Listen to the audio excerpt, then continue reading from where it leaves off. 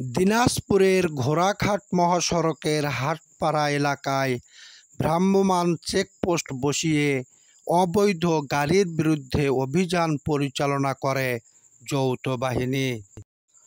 23শে জুলাই বুধবার বিকাল 4টা থেকে 6টা পর্যন্ত 2 ঘণ্টা ধরে সেনাবাহিনীর তত্ত্বাবধানে দিনাজপুর ট্রাফিক বিভাগ এ যৌথ অভিযান পরিচালনা করেন।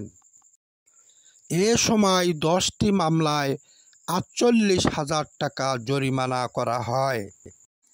সেনাবাহিনী ও ট্রাফিক পুলিশ জানায়, দেশের বিভিন্ন এলাকা থেকে ছেড়ে আসা motorcycle, CNG, microbus, private car থামিয়ে ভেতরে ও বাইরে তল্লাশি করা হয়।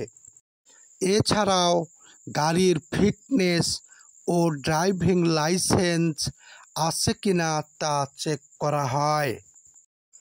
অভিযানে গাড়ির রেজিস্ট্রেশন, ড্রাইভিং লাইসেন্স ও হেলমেটবিহীন মোটরসাইকেল চালানোর বিরুদ্ধে চেকপোস্ট বসিয়ে জরিমানা করা হয়।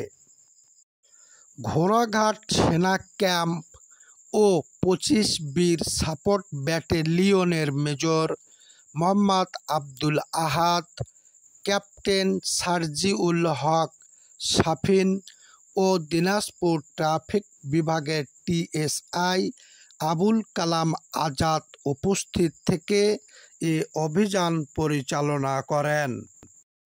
মেজর মোহাম্মদ আব্দুল আহাদ জানান, মহাসড়কে শৃঙ্খলা ফিরিয়ে আনা এবং সাধারণ মানুষকে আইন মেনে চলতে উৎসাহিত করতে এই অভিযান পরিচালনা করা হচ্ছে।